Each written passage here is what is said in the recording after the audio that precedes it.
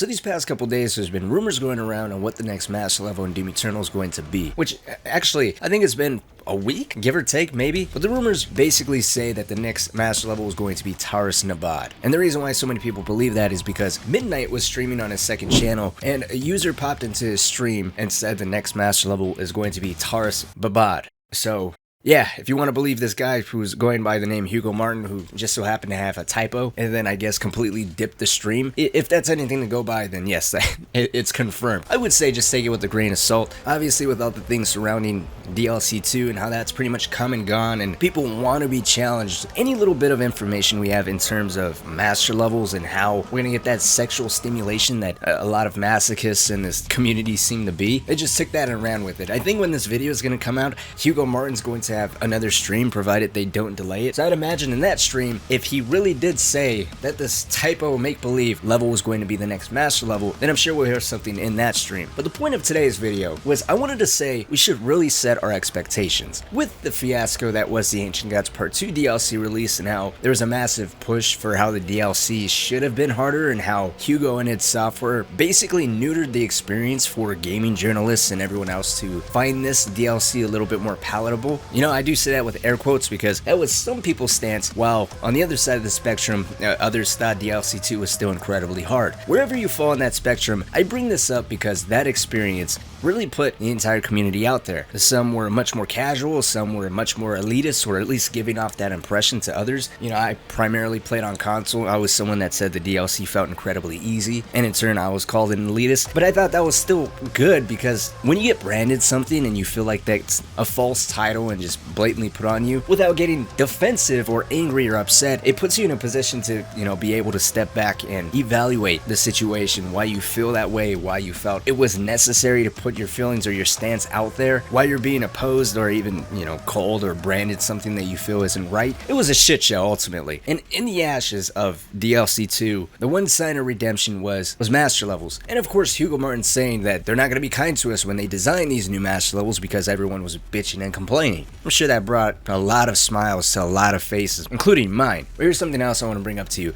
Now, mind you, I don't mean to put anyone down, you know, shut them up or anything like that, but I think mods are something that are kind of being overlooked. A good chunk of players do play on console. They don't have the pleasure or privilege to experience any of the horde mode mods or experience the randomizer mods or any of the master level mods that have been out for pretty much months at this point. User created content has really been able to grow and thrive and blossom on PC. Modders are not limited in terms of hardware or technical constraints. You know, on console, players are still restricted to only using a controller. PCs can, you know, run mods that consoles are nowhere near powerful enough of running. But these are also fan-created mods. They're not in the same position that idsoftware is in, where you have to make something accessible to everyone. And the point I'm trying to drive home here is that the skill level on PC only gets higher and higher, and it's kind of already past that threshold that idsoftware can hit. They're in no way going to be able to reach the same caliber as any of the horde mode mods in difficulty, in terms of demanding you to multitask, be aware of your surroundings, improvise, all of that stuff. The entire fundamental system of the Doom dance is really taken and magnified in such a way that idsoftware would never be able to compete with. At least not if they're considering all platforms. And frankly, I would argue,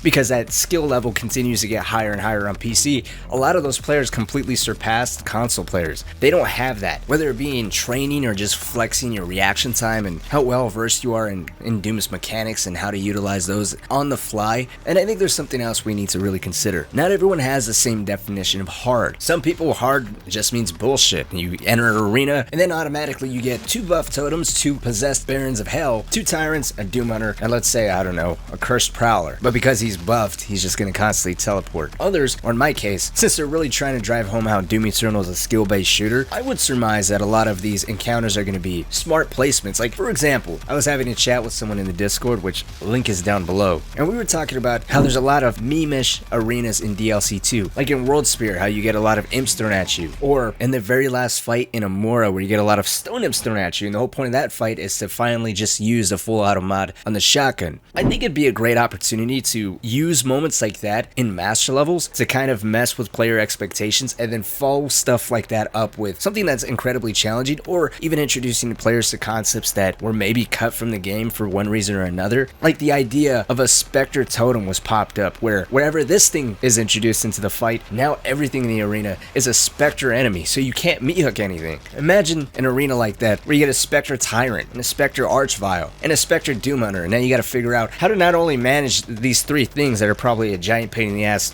while invisible, but find that Spectre totem. I'm getting a little off topic here. I'll save that stuff for another video that I had planned in terms of master levels, but my point being, before any of these new master levels drop, I think we should all take a step back, look at what we've been doing in this game, whether if you've been experimenting with mods or not, how far you've been pushing yourself in the base game and DLC 1 or 2, or even in the mods, and do a little reflection. You know, look at the type of stuff idsoftware's posted in the past. I heard pacing's going to be something that they're really doubling down on the next master levels, so obviously I don't expect anything to be insanely hard from the jump, but rather a gradual build up throughout the levels from this point forward. I've also heard that Super Gorness master level was a little too quote unquote hard, and they may not push so hard, but we'll see. It's great to speculate, it's great to get your hopes up and talk about what you want to see in these master levels, but at the same time I think we should really set our expectations and expect things within reason. Remember, they are creating content for all platforms. They can make it much more challenging than the base DLC, but we should understand what exactly we're asking for, and if you still find the next master levels to be easy or easier than expected, look at what you've been doing in terms of preparation for that master level. I think it's a good idea to talk about this stuff before we see another DLC 2 fiasco. Let me know what you guys think down in the comment section. If there's anything else I missed, anything else you want to add to this conversation, please feel free to share that stuff down in the comments. You know, I try to make this as open as a conversation as possible. A little bit of a smaller video, longer than I wanted it to be, but I felt like this had to be said. User created content is not tied down by anything. Well, you have an official development team that has to consider multiple platforms, hardware, and technical limitations, and how to try to make it the best experience for everyone. It's okay to be disappointed. It's okay to have your expectations a little subverted. But if you have any criticisms or any problems with anything moving forward, I think it's best that we try to make it as constructive as possible rather than come out, start shitting on everyone, including each other, and be a little arrogant about it. It's funny that I say this because it's kind of contradictory to my content. But if there's anything I missed, by all means, feel free to share that stuff down in the comment section. I'm going to be chatting with you guys as much as I can. Most likely, I'm going to be asleep when this goes up. Like I said earlier, feel free to join the Discord in terms of Doom or anything else related. We're going to be branching out on this channel much more moving forward. But until next time, I will see you all later. Oh, I dropped a crap review yesterday.